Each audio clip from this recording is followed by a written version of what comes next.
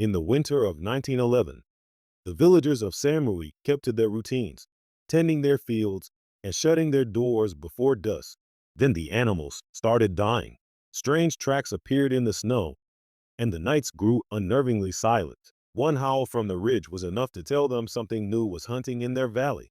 They were not prepared for what stepped out of the dark. So before we continue, please make sure you let us know where you're watching from. Thanks. I arrived in Saint-Breuil in the autumn of 1911, when the first frost stayed on the fields through the morning. The train left me in a larger town, and from there I rode in a small cart behind a tired horse. Woods, fields, and bare vineyards passed in a steady blur. I had accepted the post of schoolmaster because I wanted steady work in a quiet village. The inspector's letter had mentioned only isolation and hard winters. The driver, a man named Henry, hunched over the reins and smoked as he drove. For a long time, he said nothing. Only when we left the main road and turned into a narrow lane under tall pines did he speak. "You know why the last schoolmaster left, monsieur?" he asked. "I was told he married and moved to Limage," I said. Henry made a short sound that was not quite a laugh. "That is the story they put in writing," he said. "People prefer it." The wheels bumped over ruts. The trees stood close on either side. No birds called. "What really happened?" I asked. "He found one of his girls in the ditch by the forest," Henry said. "Her throat was torn out. They said it was a wolf. Men from 3 villages combed the hills and killed nothing. After that, he stayed a few weeks, then left before dawn and never came back." He spoke without raising his voice, but his hands shook a little on the reins. The inspector had not written a word about a dead child. "There are wolves everywhere in these regions," I said. "There are," Henry answered. "Old people in Saint-Breuil talk about more than wolves. If a cow dies in the night or a child falls ill, they give it the same name." He fell quiet again. We passed a weathered stone cross at the edge of a field. Someone had left dried herbs at its base. "What name?" I asked. Henry watched the road. "They say the wolf walks upright," he said at last. "They say it wears a man's skin by day." I came from a town with gas lamps, a lease, and a public reading room. At the teacher's college, we spoke of science in progress. I told myself that Henry was repeating village talk that always returned when something bad happened. Even so, in the gray light under the pines, his words settled heavily. When the forest thinned, the land opened into a shallow valley. Small fields lay on the slopes, cut by stone walls and hedges. At the center, on a low rise, stood Saint-Breuil, a knot of stone houses, a crooked street, a little square, and a church whose bell tower leaned slightly. Then smoke rose from a few chimneys. Henry stopped in front of the inn. A woman in an apron came out wiping her hands. Her hair was going gray, tied in a knot. Her forearms were strong. "Jean, this is Monsieur Delme, the new schoolmaster. Henry said he has arrived in an unlucky year." "Enough of that," she said, though her eyes studied me. "Monsieur, your room is ready. We heard you would come before All Saints' Day." I climbed down with my case. The village smelled of damp earth, smoke, and animals. A few children watched from doorways and slipped away when Jean turned her head. "Come in," she said. "You can eat while we send word to the mayor." The main room of the inn was low and dim with blackened beams and a wide hearth. A pot hung over red coals. 2 men sat at a table near the fire with a jug between them. They stopped talking when I entered. "This is him," Jean said. "The new master." The man nodded. One was tall and lean with a sharp nose and a scar on his chin. The other was shorter and broad-shouldered with rough hands and pale eyes. Jean named them. "Marcel hunts in the hills," she said. "Etienne works the gold land." Marcel rose to shake my hand. "Welcome," he said. "You will find the children here stubborn. When the work is needed, they vanish into the fields. I will try to make the classroom worth the trouble," I replied. Etienne gave me a slow look. "You chose a bad year," he said. "The harvest failed. Then the beast came back. People think God no longer listens to us." Jean set a bowl of stew and bread in front of me and cut him off. "Let him eat first," she said. "There is time enough for talk." I am not so easy to frighten, I said, although my voice did not sound as firm as I wanted. Marcel's mouth tightened in a thin smile. Jean was still clearing the hearth when the mayor arrived. Monsieur Go was a stout man with a neat mustache and a red nose. He took my hand in both of his and spoke in a strong, practiced tone. Saint-Breuil is honored, monsieur, he said. The Republic remembers even small villages. I am pleased to serve, I answered. Go sat and poured himself wine. You came by the Pine Road, he said. Then you know how close the forest lies. At night, it is worse than in daylight. Still, we are not children. There have been incidents, but we will not lose our judgment. Marcel's jaw tightened. Etienne stared at the table. Some sheep, a cow, one death, Guo said. The prefect sent gendarmes. They went back with empty hands. People here talk of curses and monsters. That is why we need a good school.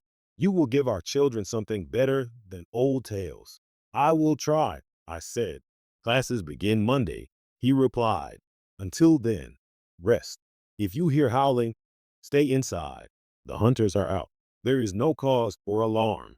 He said the last words with careful emphasis. That night, I lay in a narrow bed under the roof. The mattress smelled of straw. Through the small window, I saw the dark line of the opposite hill and the pale curve of the road. The village lay quiet. I told myself that the unease in my chest came from the journey and the strangeness of new surroundings. I went over the names in my mind to steady myself. Henry on the cart, Jean at the inn, Marcel the hunter, Etienne the farmer, Monsieur Go. I tried to picture the classroom I had not yet seen. Each time I closed my eyes, I saw instead a ditch at the edge of a forest road and a child's desk with no one sitting at it. The first howl came after I had put out the lamp. It rose from the direction of the forest, long and harsh, then broke in a way that did not sound the same as the calls I had heard from wolves on past hunts. A second answered from farther down the valley. A third sounded closer, somewhere beyond the last houses. I lay still, listening. Below, a door creaked. I heard quick footsteps, Jean's low voice, and the heavy scrape of a bolt. Then only the wind against the tiles and the blood in my ears. I had heard wolves before. Their howls had a rough rhythm. These cries carried a strange rise and fall that made the skin on my arms prickle. I told myself it was only fear and weariness. I pulled the blanket up and forced my muscles to loosen. The howls grew fainter, drifting toward the hills. At last, without any clear moment when wakefulness ended, I slid into a hard, dreamless sleep with my hands still clenched in the blanket. I woke to the smell of bread and coffee and the sound of someone chopping wood behind the inn. For a brief moment, I forgot the howls. I was only a man in a new village with a day to prepare for his first class. Then memory came back in a sharp rush, and I lay still, listening. The valley was quiet. No cries, no voices in alarm. Light came pale through the small window. Downstairs, Jean moved briskly between tables. A pot steamed on the hearth. She set a bowl and cup in front of me without asking. You heard them, she said. Yes, I answered. Are they always that loud? Sometimes they come closer, she said. Last winter, they circled the go barn. The sheep would not calm for days. She watched my face. You still have time to go back to the town, she said. The inspector would find another place for you. It sounded almost like concern, not mockery. I signed a contract, I said. Children here need a school as much as in the city. Howells will not send me away. She wiped her hands on her apron. Words are easy in daylight, she said. Wait until the first snow. After breakfast, I followed the main street uphill toward the school. The houses were close together near the inn, then spread apart. Chickens scratched in yards. A woman hung linen on a line, glancing often at the forest. Two boys rolled a hoop and stopped to stare at me. When I nodded, they ducked their heads and ran off. The school stood on a slight rise at the far end of the village, near the open fields. It was a plain stone building with two narrow windows and a small bell over the door. Behind it sat a teacher's house, low and square, with a fenced garden. Both needed paint. Still, when I stepped inside the empty classroom, I felt a small lift of satisfaction. There were 3 rows of benches, a blackboard, and a map of France with the new departments marked in neat lines. Dust lay thick on the desks. Chalk shards rested in a metal tray. The last schoolmaster had left in haste. A book lay open on the front table, its pages curled. I opened windows, swept, and aired the room. As I wiped the blackboard, I pictured the faces that would sit in front of me. The villages I had known as a boy had been noisy, full of shouts and quarrels. Here, even in daylight, there was a restraint I could not name. Near midday, a knock sounded on the doorframe. Marcel leaned there, his cap in his hand. "Go wants you at the church," he said. "The council meets before the feast day. They want you to hear what they will tell the people." I thought a schoolmaster answered to the inspector. "Not the mayor," I said. "In the books." "Yes," he replied. "Out here, you answer to whoever can send you meat in winter or leave you only potatoes." He said it without hostility, just as a fact. We walked together down the street toward the square. A bell clanged once, twice, then stopped. Clouds had thickened. The forest on the distant slope looked darker. A few villagers moved quickly about their tasks, eyes lowered. At the church door, Etienne stood with his cap crushed in his hands, speaking to an older woman wrapped in a thick shawl. Her back was bent, but her eyes were sharp. She broke off when she saw me. "This is Madame Fournier," Marcel said quietly. "She remembers every bad year for 60 years back. When she speaks, people listen." Madame Fournier took my measure with a steady look. "You are the new master," she said. "You think letters and numbers can drive away what walks out there." "I think fear grows in ignorance," I said. "If children learn to think, they may not see monsters everywhere." "Not everywhere," she said. "Only where they are. Be careful. You do not teach them to doubt what can kill them." She turned and went into the church without another word. Inside, the air smelled of wax and damp stone. Light entered through small windows set high. The painted saints on the walls were faded.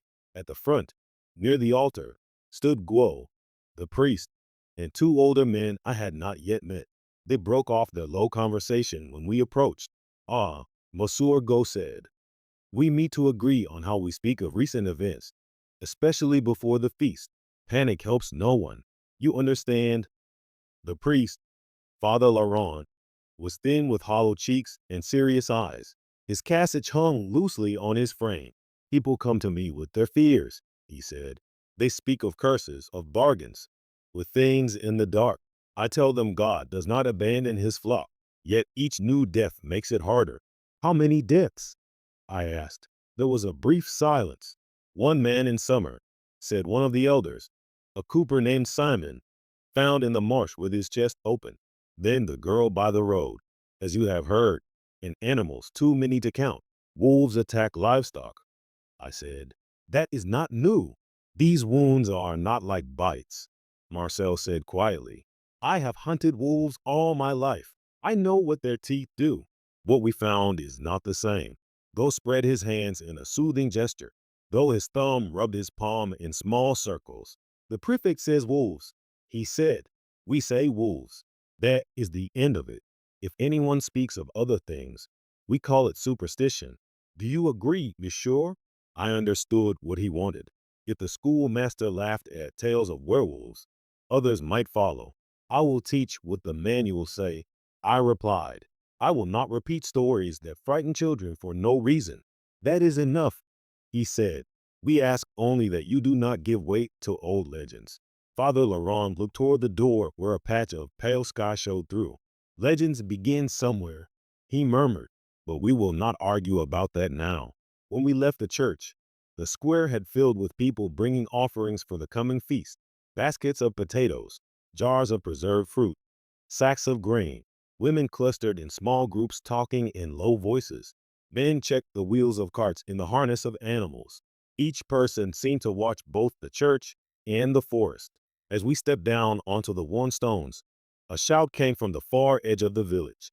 A boy of about 12 ran toward us, hair wild, breathing hard. His name was Luke, as I would later learn. At that moment, he was simply a child with terror in his eyes. They got another one, he gasped. At the ragman's field near the stream. It's torn to pieces. People around us fell silent. Someone dropped a sack. Grain spilled onto the stones. What did you see? Marcel asked, gripping the boy's shoulders. Blood in the snow, Luke said. The sheep are dead, not eaten, just lying there. My father sent me to call you. Go's face went gray. He turned to the priest. Go back inside, he told Father Laurent. Ring the bell. Bring people in. Tell them to pray. He paused, then looked at me. You may come if you wish, he said, or you may stay here where it is safe. I hesitated. Part of me wanted to retreat into the dim church and pretend this was all gossip. Another part, smaller but harder, wanted to see with my own eyes. I knew that if I stayed behind, I would always doubt the truth of what was told. I will come, I said. We followed Luke down a narrow path between houses, past gardens and sheds, toward the lower fields. Others trailed behind at a distance, murmuring in small knots.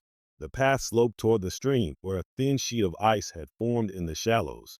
The ragman's field lay beyond, a poor patch of ground unclosed by a broken fence. The smell reached us before the sight did. It was sharp and heavy, a mixture of blood, wet wool, and something else I could not name. Marcel's steps slowed. Etienne, who had joined us silently, crossed himself in a hurried gesture. When I stepped into the field, my stomach clenched. 4 sheep lay scattered near the fence. Their bellies were open, ribs showing pale in the cold air. Their legs jutted at awkward angles. Snow around them was stained dark. They did not eat, Marcel said in a flat tone. This is not hunger. He knelt by the nearest carcass and examined the wounds with careful hands. I stood back, breathing shallowly. I had seen slaughtered animals before, but always in an ordered setting with knives and purpose. This was different. There was a wildness in the way the bodies were thrown about as if something had moved through them in one swift storm of motion and then gone. Luke watched me perhaps to see whether the new schoolmaster would faint. I forced myself to look at each animal in turn to note the pattern of the gashes, the torn flesh, the marks in the snow. I told myself that if I paid attention, I might find some detail that made sense of it, something that could be named and measured. Tracks, Etienne said hoarsely. Near the far corner of the field where the fence sagged, the snow was churned. Prince led from the forest edge, crossed the ditch, and entered the enclosure. At first, I thought they were wolf tracks, large and deep. But when I stepped closer, I saw that some marks were not shaped like an animal's paw at all. They were elongated with a narrower rear and a wider front, as if something had pressed down with toes.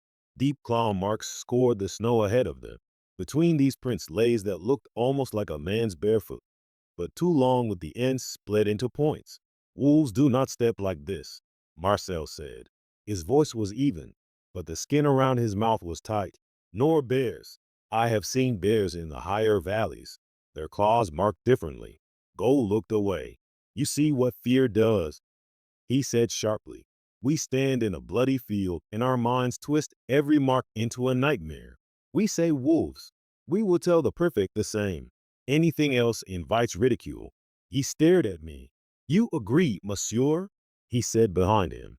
Luke's eyes were fixed on my face. Etienne's jaw clenched. Zine, who had followed at a distance and now stood by the fence, waited without speaking. The choice they were asking for became clear to me. Then if I echoed Guo, I would stand with the part of the village that wanted to hold on to order. If I sided with the hunters and the old woman with her sharp gaze, I would give weight to the terror already spreading among them. I have never seen tracks like these, I said slowly. I also know that fear can trick the eyes. What I can say is that calling it a wolf does not change what killed these sheep. It was not the answer anyone wanted. For a moment, nobody spoke. The only sound was the weak rush of the stream and the faint clatter of the church bell beginning to ring in the distance. Marcel rose from the carcass and wiped his hands on the snow. Whatever it is, it came from the forest, he said. It will come again. We need more than prayers and words. He looked at Guao.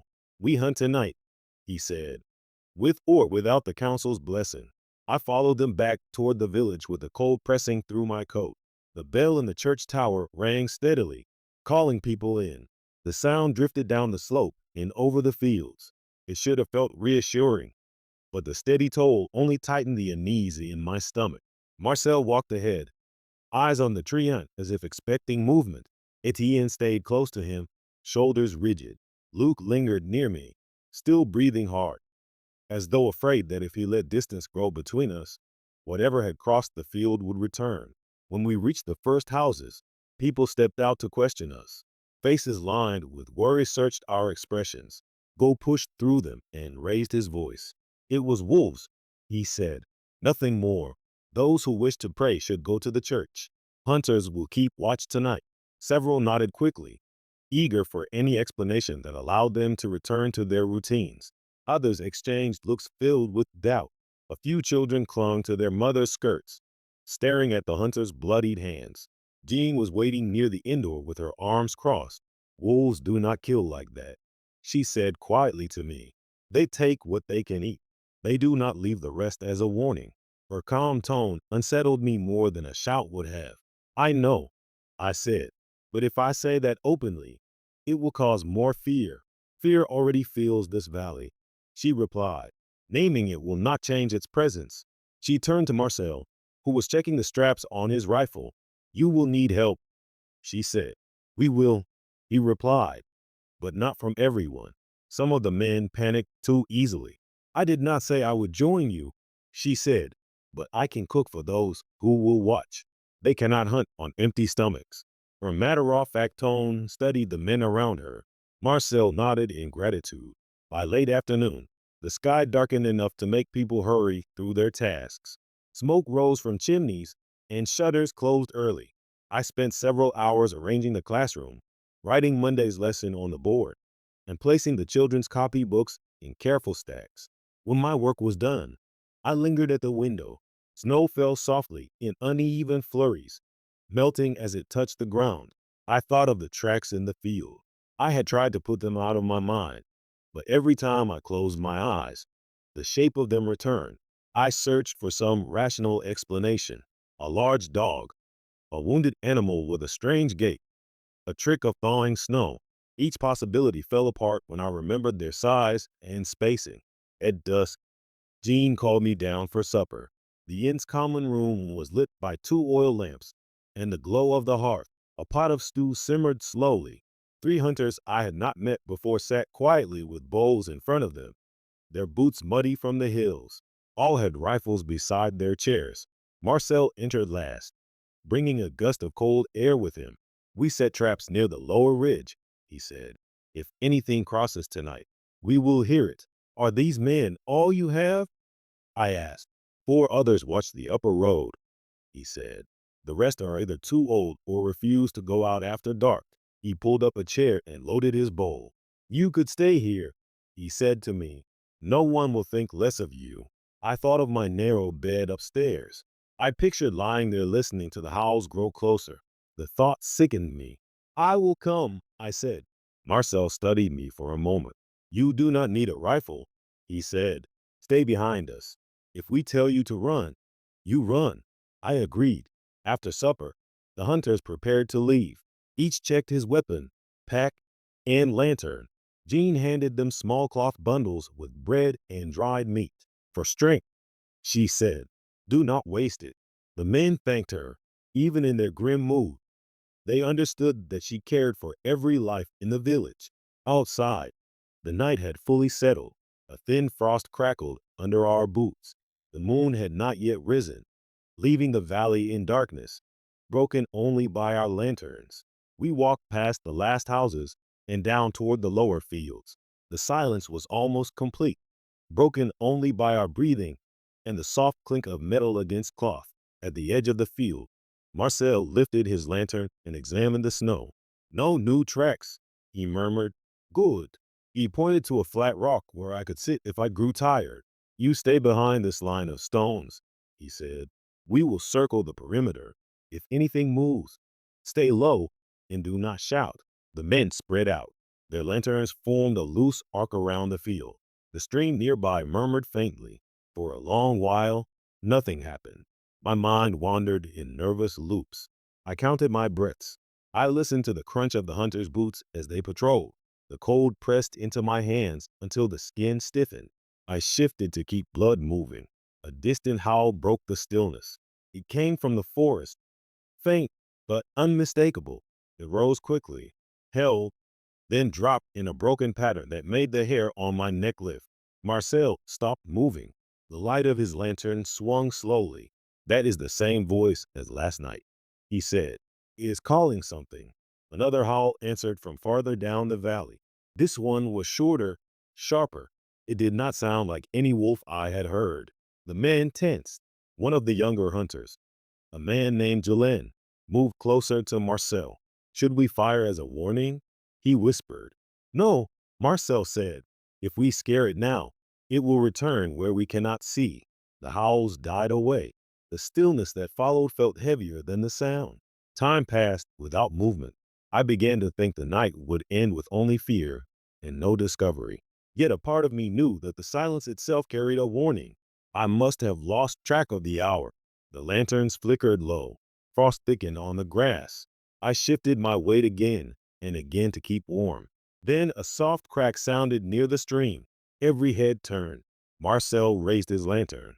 Its light reached only a short distance, leaving the trees in shadow. "Something is down there," he said quietly.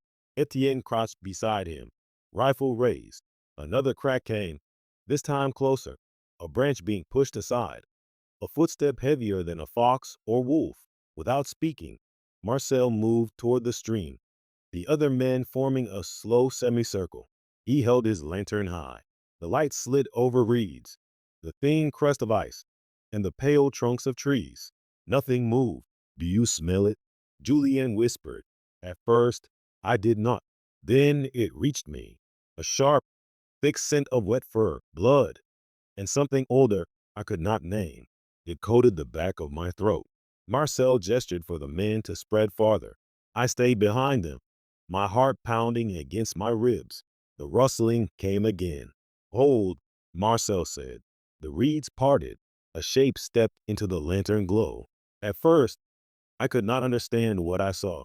Its height was wrong, its posture wrong, its outline shifting between what my mind knew and what it refused to accept. Coarse fur covered its limbs. Its shoulders were narrow, but rising high. The head was long. The jaw hung open with breath that steamed into the cold. Its eyes reflected the lantern light in a pale, fixed glare. It did not move like a wolf or man. Its steps pushed the ground in heavy, deliberate motions. Julien made a strangled sound. The creature lifted its head and looked directly at him. Then it let out a single bark-like sound that hit me like a physical blow. "Stand firm," Marcel said, voice low but steady. The creature shifted its weight as if measuring us. My breath caught.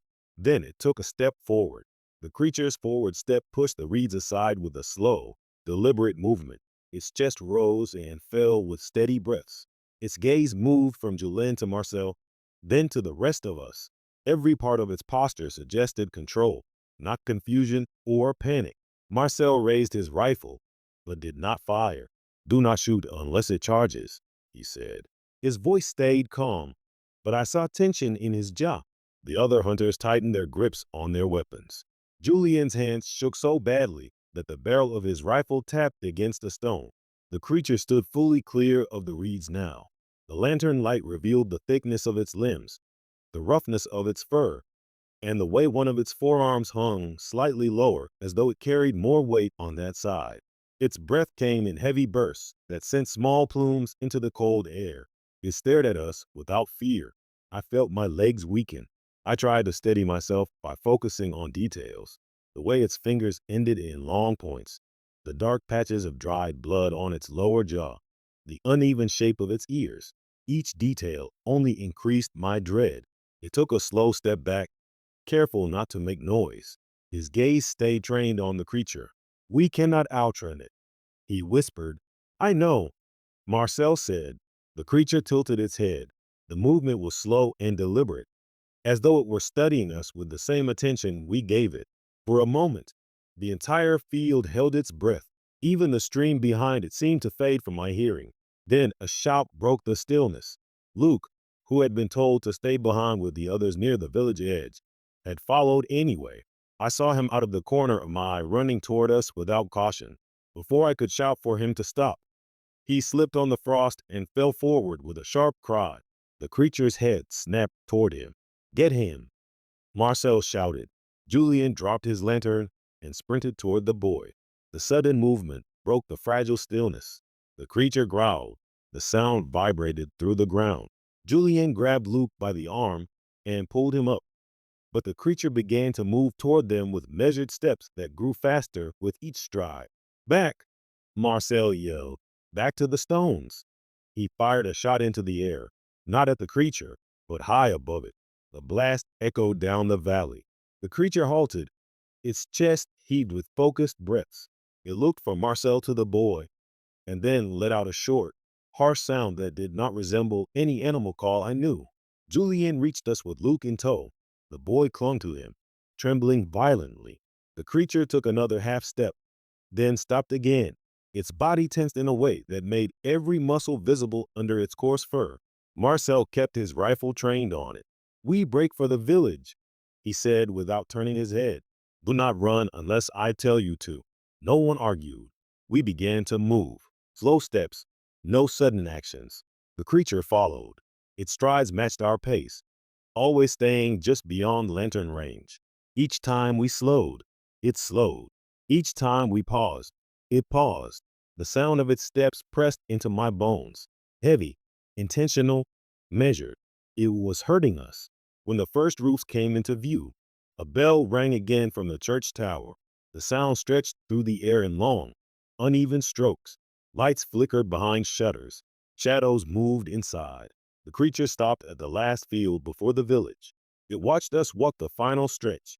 Then, with a sudden turn, it slipped back toward the forest. Its retreat was silent enough that I strained to hear even a branch crack. Nothing came.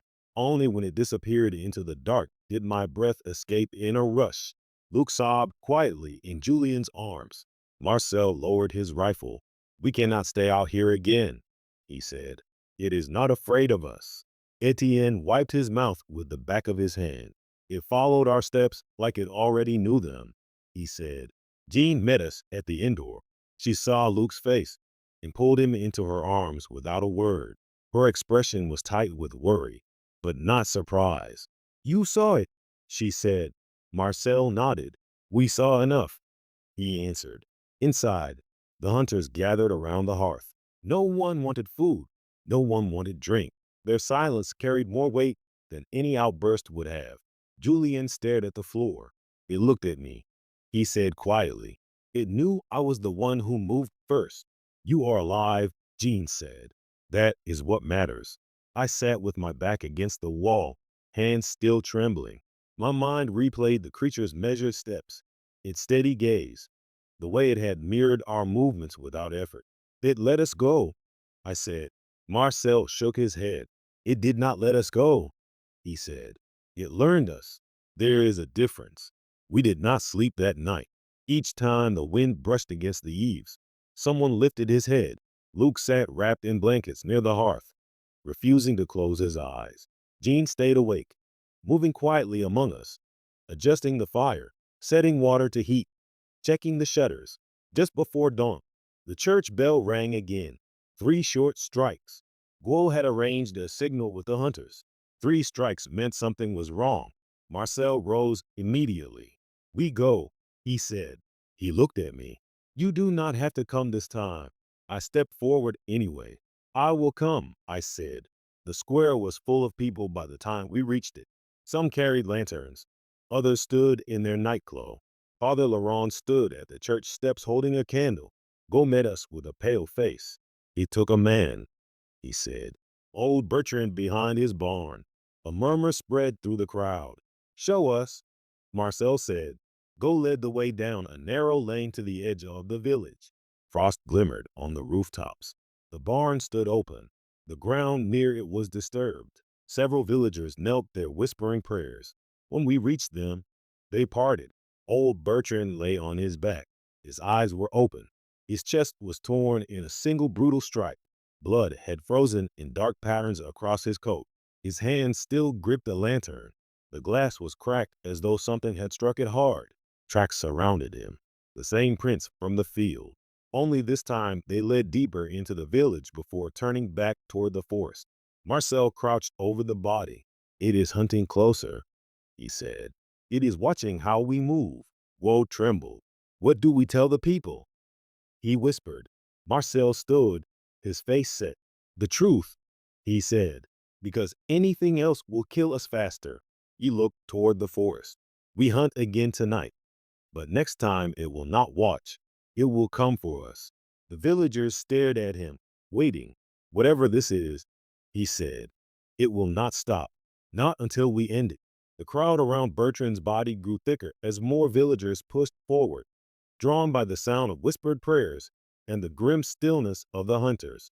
No one dared to speak above a murmur.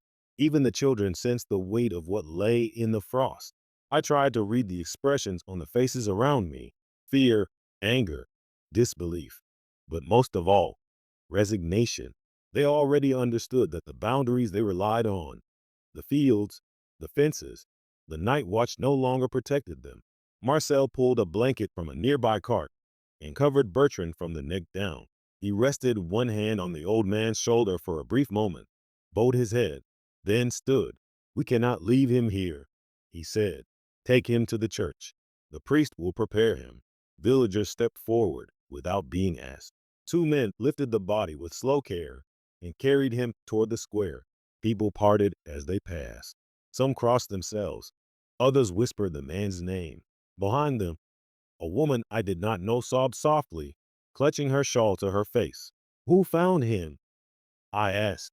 "Oh, his son-in-law," he said. "He heard a sound in the barn. By the time he reached the door, it was too late." "Did he see anything?" "Only movement," he said. "A shape." He said it slipped away before he could even cry out. I looked at the doorway of the barn. Scratches marked the wood, not the kind left by tools or animals. Long, deep, angled with force. My skin tightened. "Tracks go past the well," Etienne said, pointing toward the narrow lane. Marcel knelt near the edge of the frost-dusted road. He traced one of the prints with his glove, studying the depth and angle. "It was not running when it left," he said. "Its steps are too steady." It walked through the village as though it knew no one could stop it. Jean approached, then wrapped in her thick winter coat. Her eyes went to the covered body, then to the hunters' faces. "It will not stop there," she said. "It has taken animals. It has taken a child. Now it has taken a man near his own door. You cannot expect it to give us another night to prepare." "We are not expecting anything from it," Marcel said, "but we will be ready." "How?" she asked. "We hunt before sundown," he said. "All of us, not just a few." Gasps and murmurs rose from the crowd. "You cannot ask the whole village to go into the forest," Go said. "They are farmers and craftsmen, not soldiers." "Then we stay here and watch it take us one by one," Marcel replied. "You saw the prince. It walked the length of the lane. It could have tried doors. It could have taken whomever it wanted." His words struck the crowd like cold water. A tall man near the back stepped forward. His cheeks were hollow, and he wore an old hunting coat mended in several places. "I will go," he said. "If we stay in bed while others fight, we are no better than prey." Another man followed, then a third. Soon others nodded in agreement. Fear lived in their faces, but something else had begun to take shape beneath it. Resolve, faint, but growing. Gold looked overwhelmed. He had never intended to lead men into a forest with rifles and lanterns. He looked at the priest for support. Father Laurent stepped forward, his hands clasped. "If you do this," he said, "you must remain clear in your purpose. Do not go seeking vengeance. Do not let fear guide your actions. Search for the truth of this thing. Do what is necessary, but do not lose yourselves in the process." His voice did not quiver, even though his eyes were shadowed with dread. Marcel nodded. "We will not lose ourselves," he said, "but we will not stand idle either." As the crowd dispersed, I remained near the barn. The tracks in the frost disturbed me more than the body had. They were not just signs of violence. They were signs of familiarity. The creature had walked among us, unhurried, unchallenged. That understanding settled into my chest like a weight. Julian came up beside me. It moved like it knew where everything was. He said, "It did," I replied. "You think it has been watching us longer than we knew?" I didn't answer. I didn't need to. The hunters planned to gather at the inn before dusk. Until then, I worked in the schoolhouse, though I found it impossible to concentrate. Every sound outside made me glance toward the window. I tried to write notes for Monday's lesson, but my thoughts drifted and my handwriting came out uneven. I forced myself to stop before the chalk snapped in my hand. By late afternoon, I decided to walk the village to clear my mind. The air was sharp with cold. Smoke rose from chimneys. People spoke in low voices as they gathered firewood or carried water from the well. Mothers pulled their children inside as soon as they saw me. Even the animals seemed restless. Dogs barked intermittently, and the few horses stamped their hooves as though unsettled by some scent I could not detect. When I passed the Guo house, the mayor stepped out, tightening his coat. His face was strained. "You prepared a hunt," he said. "I can see it in your eyes. Whatever I said before, I cannot stop you now." "You saw the tracks," I said. "You saw what it did to Bertrand." He exhaled sharply. "Reasonable men do not go chasing monsters," he said. "But perhaps the time for reason has passed. Will you join us?" He looked toward the forest. "I am not a hunter," he said, "but I will not hide either. If the village goes, I go." It surprised me, for all his attempts to deny what was happening. He had enough pride or guilt to stand with the others. We walked together back to the square in silence. By sundown, 20 men had gathered at the inn. They carried rifles, axes, pitchforks, and lanterns. Their breath clouded in the cold air. Jean stepped out with baskets of bread and cheese. "Eat now," she said. "You will need strength." No one argued. Marcel addressed the group. "We follow the tracks into the forest," he said. "We stay together. No one breaks from the group. No one fires unless the shot is clear. If it circles us, we tighten formation. If it flees, we do not chase blindly." "You think it will wait for us?" someone asked. "No," Marcel said, "but it will watch. It will always watch." I stood among the men, my heart pounding. I did not belong there. I knew that, but I could not step back. If I left now, shame would follow me long after this night. When we moved out, lanterns formed a wavering line along the path. Snow crunched under our boots. The forest grew darker with each step, swallowing our light little by little. By the time we reached the first ridge, the moon had risen, casting pale illumination across the treetops. The cold deepened. The air smelled of pine, damp earth, and something metallic. Etienne raised a hand. "Tracks," he said. Marcel crouched and studied them. Fresh, deep, heading into the darkest part of the woods. Julien swallowed hard. "It wants us to follow," he whispered. Marcel stood. "We follow anyway." We pressed deeper. Branches closed over our heads.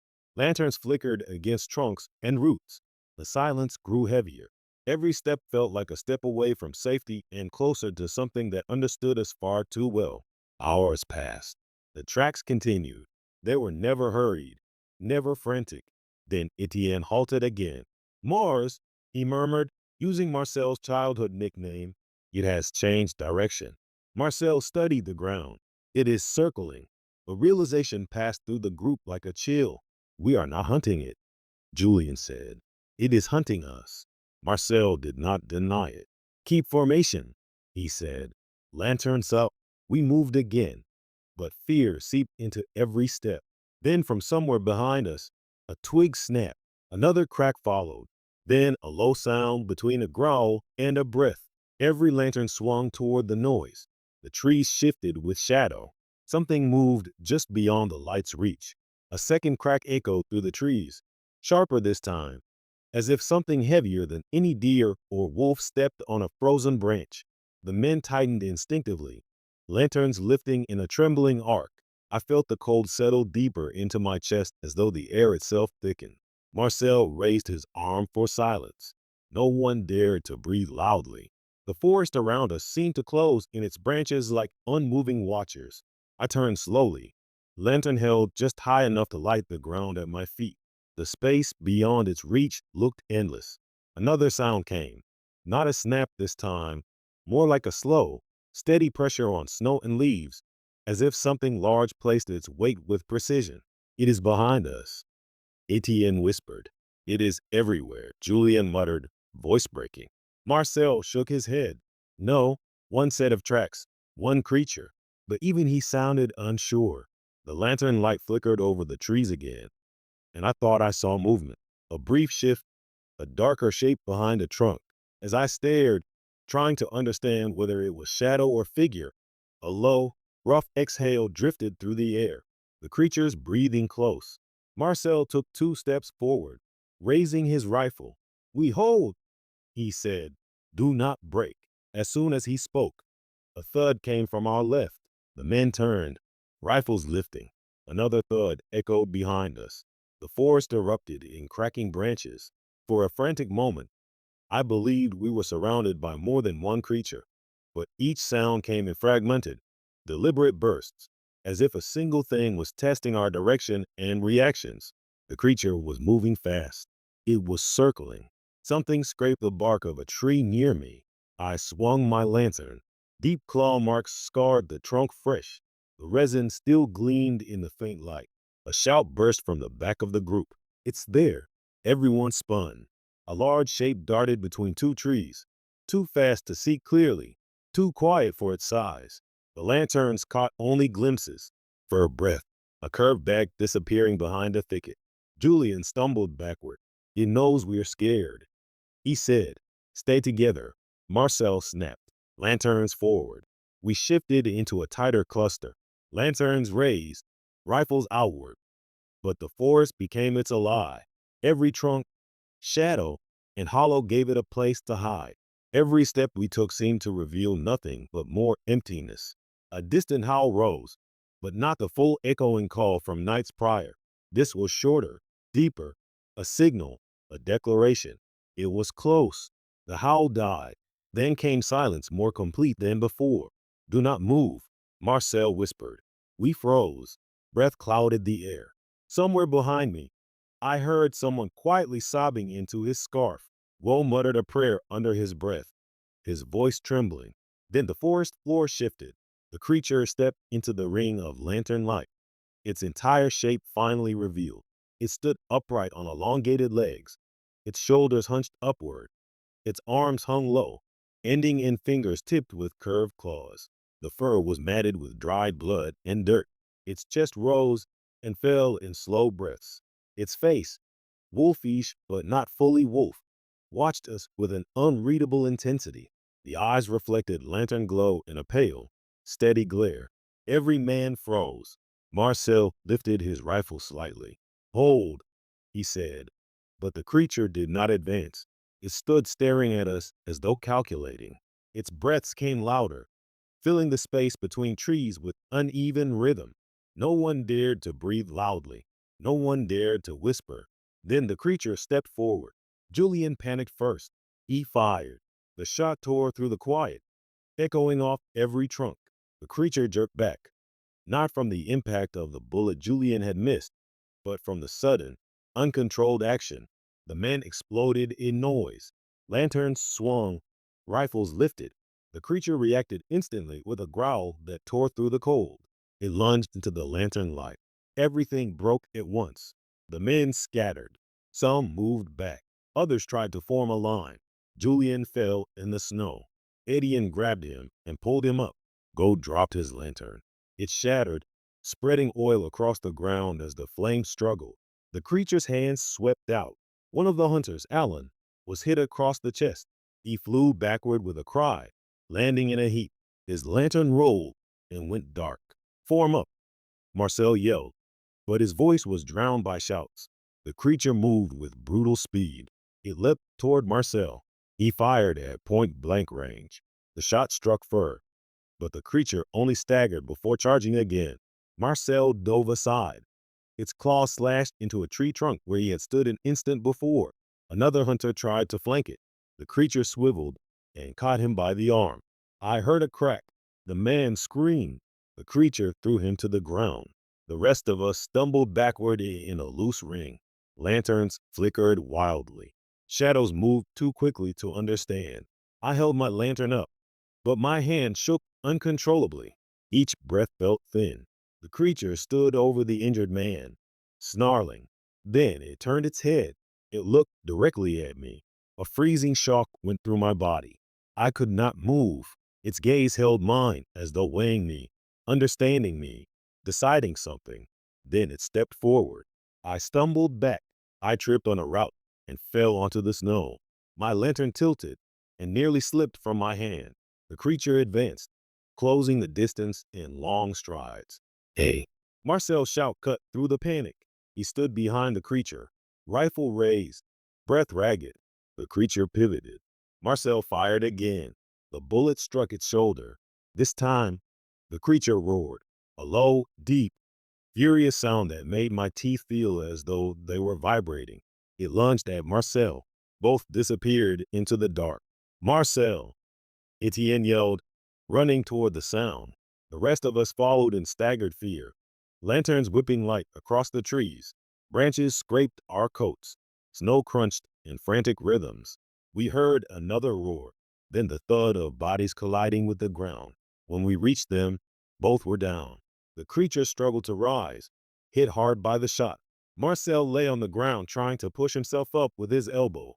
Blood ran down his temple. His rifle lay several feet away. The creature planted a hand on the ground to stand.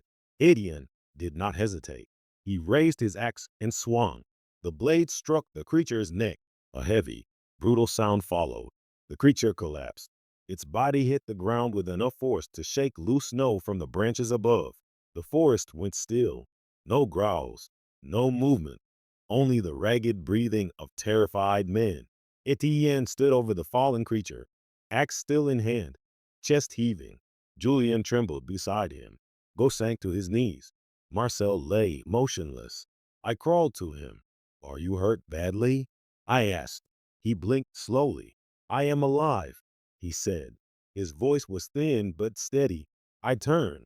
The creature lay still on its side, breathless, its body a mass of fur and shadow in the lantern light pooling around it. One of the hunters stepped closer. Is it dead? He asked. Etienne nodded, though his voice shook. It is dead. Another man crossed himself. Go looked out at the trees. No more running, he said. No more hiding, Etienne replied. We stood over the fallen creature in stiff silence. No one dared to touch it. No one dared to speak loudly. The forest around us felt larger now, as though waiting. The thing that had stalked the valley lay motionless on the ground, but none of us felt victory. For several long moments, we stood over the creature's body without speaking. The cold tightened around us, and the forest felt as if it held its breath. Lantern light cast uneven shadows across the fallen form. Its features no longer seemed to shift with movement or threat. The fur lay flat. The limbs hung motionless. The eyes, once bright with terrible focus, were dull in the frost. Marcel tried to sit up again. I reached under his arm and helped him to lean against the tree. His breaths came slow, but he stayed conscious. You saved me, he said to Etienne. Etienne shook his head. You bought us time. That was enough. Several men knelt beside the wounded. A land still breathed, though shallowly. The hunter, whose arm had been broken, grit his teeth against the pain. Julien bound the man's arm as best he could. No one complained or cried out.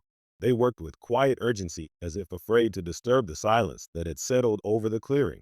Guo approached the body. His lantern trembled in his grip, and the light slid over the creature's limbs. He stared with a conflicted expression, part disbelief, part fear, part something more somber. It looks like a man, he said quietly. A man with, he hesitated and swallowed, with something else on top of him. No man has claws like these, Etienne said. Woe did not argue. Instead, he knelt and stared closer, trying to make sense of the dark fur. The elongated limbs, the broad chest. He lifted the edge of the fur at the shoulder with the tip of a branch, careful not to touch it. There are scars, he said. Old ones, deep ones. Julian stepped closer. What does that mean? It means this thing has lived a long time, Guo said. Too long. A murmur passed through the men. Some stepped back, others leaned in. Each man watched the creature as though waiting for it to rise again, but it did not. When Marcel was steady enough to stand with my help, he nodded toward the body. We take it to the village, he said. So no one can say we imagined this, so no one can deny what hunted us. Etienne hesitated. If the villagers see it, some will fall into panic. And if they don't, Marcel said, we will be chasing shadows for the rest of the winter. People must see what died here. No one disagreed. We bound its limbs with rope cut from packs and placed it on a sled one of the hunters had brought to carry supplies. Even tied down, the creature felt heavy, as though its mass exceeded what its size suggested. I avoided touching it directly. Something about the stillness of its body felt wrong, as though it had weight beyond flesh. The walk back to the village felt longer than our journey into the forest. Lanterns cast faint cones of light across the snow. The wounded leaned on others. Marcel walked slowly, his head lowered, but his step steady. The creature's body slid and thumped lightly with each rise in the terrain. No one looked away from it for long. When the first roofs appeared through the trees, men ahead shouted. Lights flickered behind shuttered windows. The bell tower silhouette rose above us. As we entered the square, people began to emerge from their homes. At first, they looked relieved to see us return. Then they saw what we dragged behind us. Gasps spread across the crowd. Mothers pulled children behind them. Some men stepped forward, faces pale. Dean pushed through the onlookers and halted when she saw the creature. Her hands tightened into fists, though her face held no fear, only a grave acknowledgement. So it is real, she said. It is dead, Etienne replied. Father Laurent came quickly from the church. He carried a lantern and approached the sled with a mixture of caution and duty. Cover it, he said. Children should not see this. Some villagers were already crying into their scars. Others stared with frozen expressions as though their minds refused to accept the sight. A few men stepped forward, anger rising in them, not toward the dead creature, but toward the fear they had endured for months. Go raised his hands. We will decide together what must be done. But first, let the hunters rest. They fought for all of us. People stepped aside. The wounded were carried to the inn. Jean guided them inside, barking orders without hesitation. Julien supported the man with the broken arm. I helped Marcel into a chair by the hearth, where he shut his eyes and breathed in slow, measured rhythm. The rest of the village remained in the square. The creature's body lay beneath a heavy cloth, its outline unmistakable even with the covering. After some time, the council called everyone to the church. The building filled quickly. The cold air carried the murmurs of villagers who had not slept and would not sleep soon. Father Lawrence stood before us. Whatever it was, he said, it has been stopped. Tonight, no one died. Tonight, the hunters returned. He paused to let the words settle. But we must not allow terror to become a new master. We look to each other. We remain a village. We will bury our dead, care for our wounded, and move forward with clear eyes. Go step beside him. We will send word to the prefect, he said, not about wolves, not about superstition. We will tell him that something dangerous lived near our valley and that our hunters ended it. We will speak plainly. He took a slow breath, and after that we rebuild. The meeting ended without further debate. People left in small groups, speaking quietly, relieved and exhausted. By dawn, the sun cast pale light across Saint-Breuil. The creature's body had been moved to the church shed under lock. The hunters slept in scattered corners of the inn on benches and chairs on the floor. Jean remained awake, tending the wounded, boiling water, cleaning blood from coats and hands. I sat by the window of the inn's common room. The frost on the glass began to melt. Smoke drifted from chimneys. The village looked normal again, if only on the surface. Marcel stirred in his chair across from me. It's over, he said. Do you believe that? I asked. He thought for a long moment. Yes, he said at last. Whatever stalked us is dead. The valley is quiet. The forest will be only a forest again. His voice carried certainty, exhausted but certain. I looked out at the snow-covered fields, the roofs touched with morning light, the distant line of trees at the ridge. For the first time since I arrived, the village felt open again, not guarded, not shrinking from the shadows. Classes begin tomorrow, I said. Marcel nodded. Life begins again. And so it did. The people of Saint-Breuil returned to their work. The hunters healed. The villagers buried Bertrand with solemn respect. The tracks in the fields faded with fresh snowfall. The forest remained still through the winter. I taught my lessons. The children filled the classroom with their quiet laughter.